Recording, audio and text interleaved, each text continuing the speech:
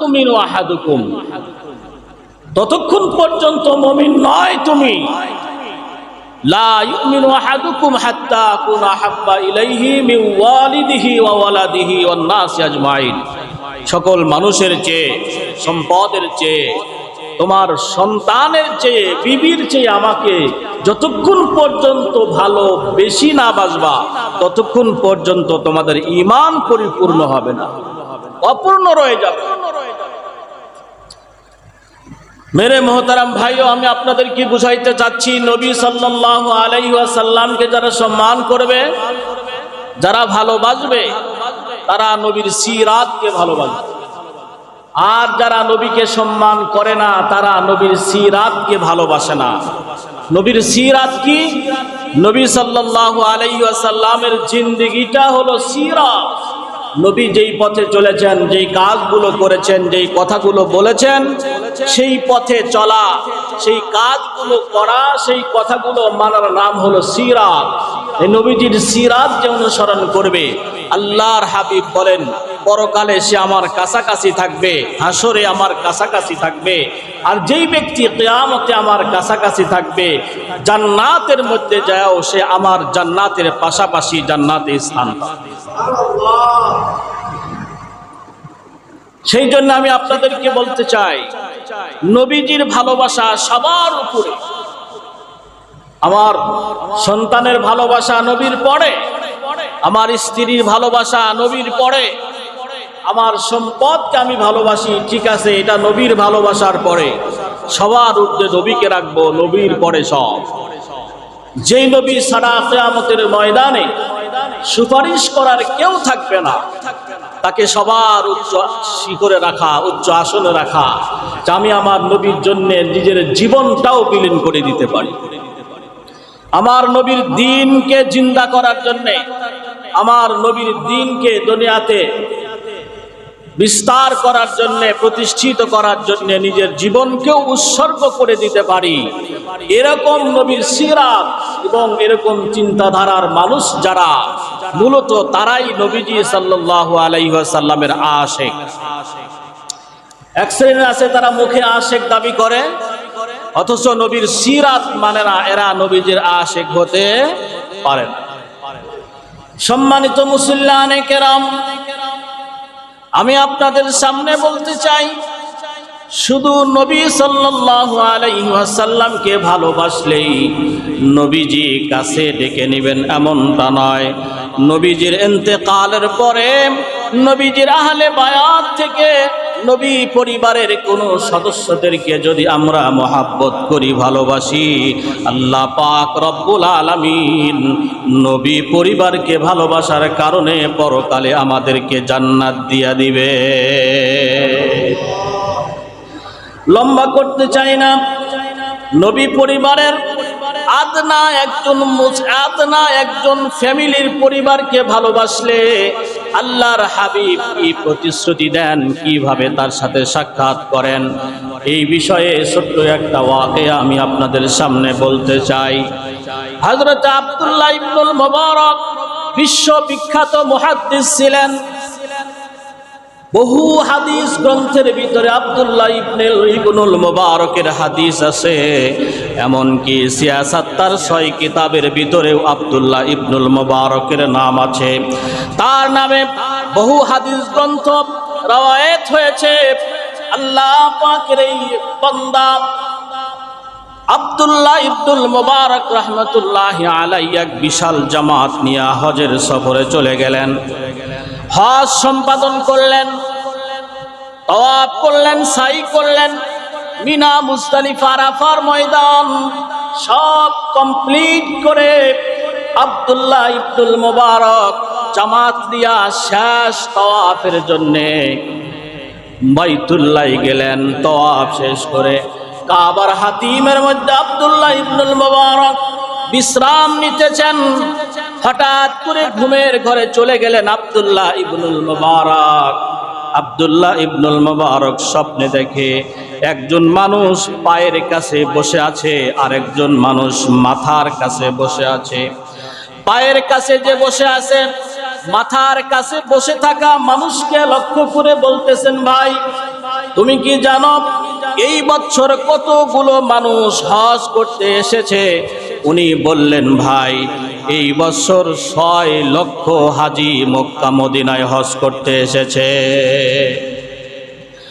বললেন, ভাই বুঝলাম 6 লক্ষ হাজি, কিন্তু এই বছর 6 লক্ষ হাজির কি হজ কবুল হয়েছে?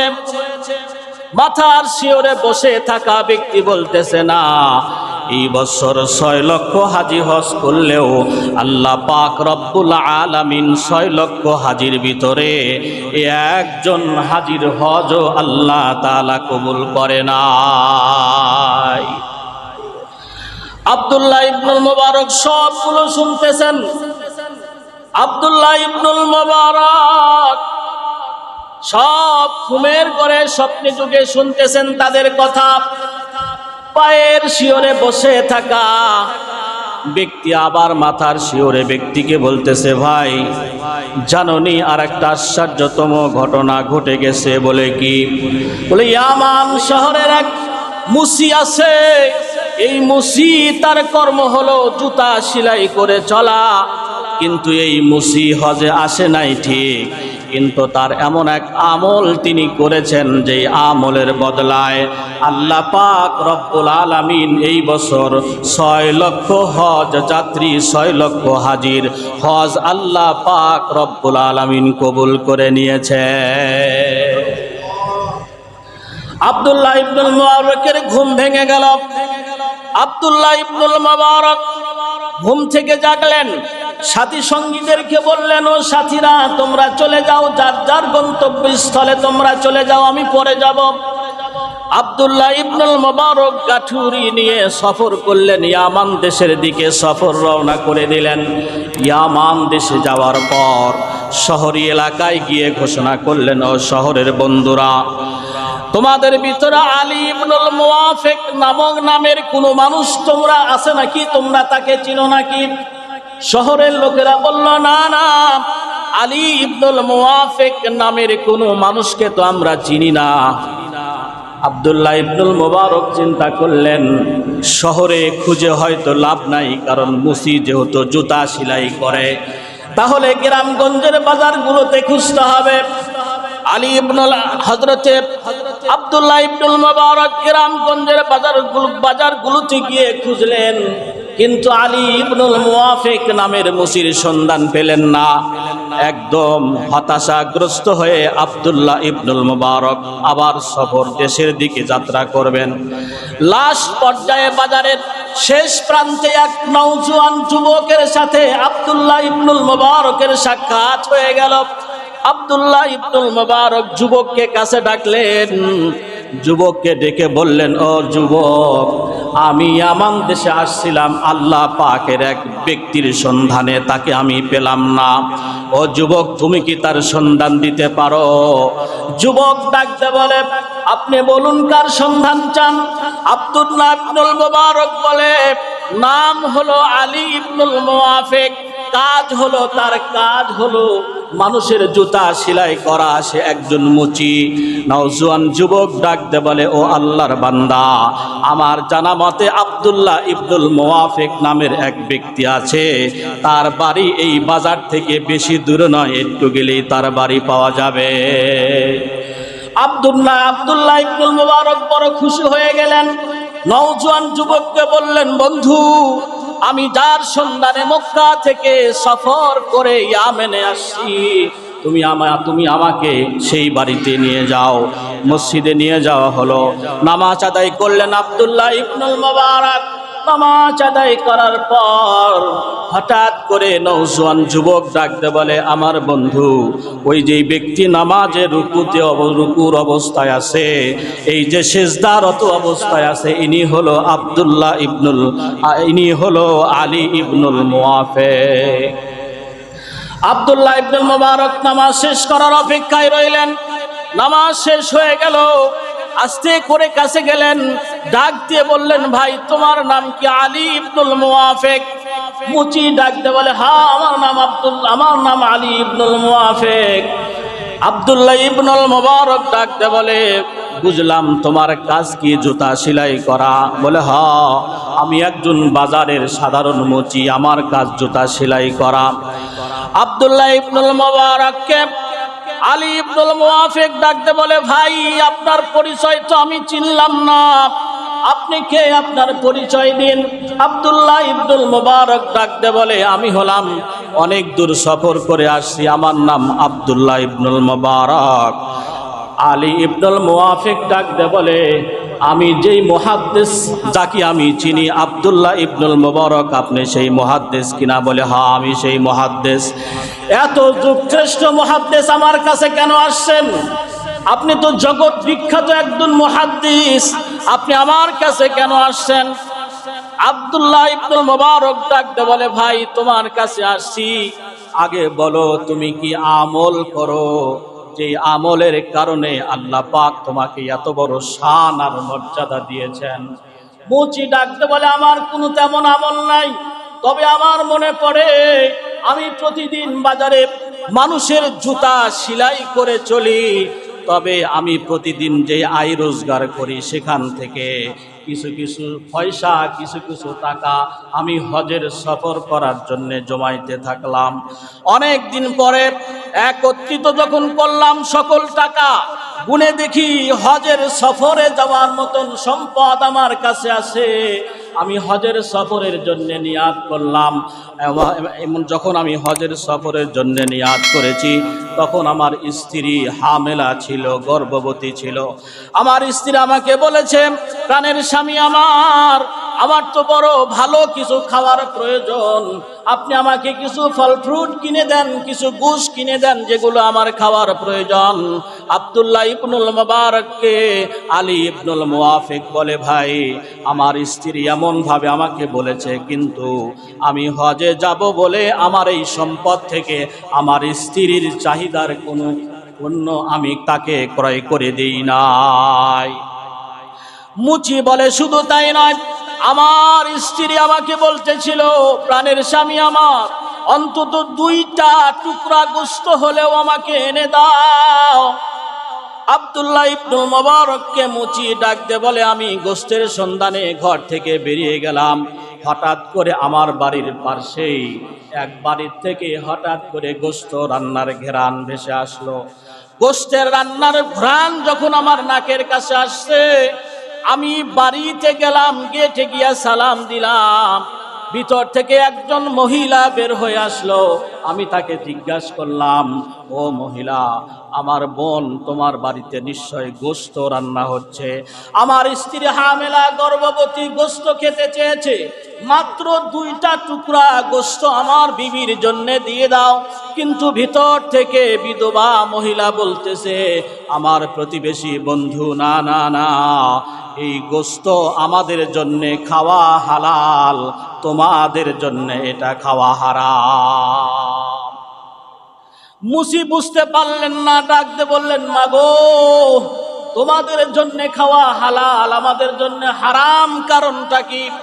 মা ডাকতে বলে, আমার বন্ধু শোনো, এর কারণ হলো আমরা হলাম নবী বংশের মানুষ, আমরা নবী বংশের মানুষ, আমরা আহলে বায়াতের মানুষ।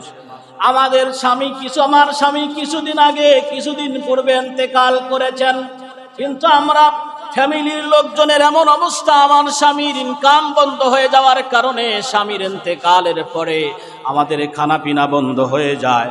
আজ 1 সপ্তাহ চলে যায়, 1 সপ্তাহের মধ্যে খানা পিনা কি জিনিস আমরা দেখি নাই। আমার বাচ্চাগুলো আমার চোখের সামনে গলা কাটা মুরগির মতো লাফাইতেছিল আর বলতেছিল, মাগো সহ্য করতে পারি না গো মা, খাবার এনে দাও, না হলে এখনই প্রাণ পাখিটা দেহ পিঞ্জিরার থেকে বেরিয়ে যাবে মা, ও মা খাবার এনে দাও। আমার বন্ধু শোনো, আমি উপায় না দেখে ডাস্টবিনে খাবার সন্ধানের জন্য গেলাম।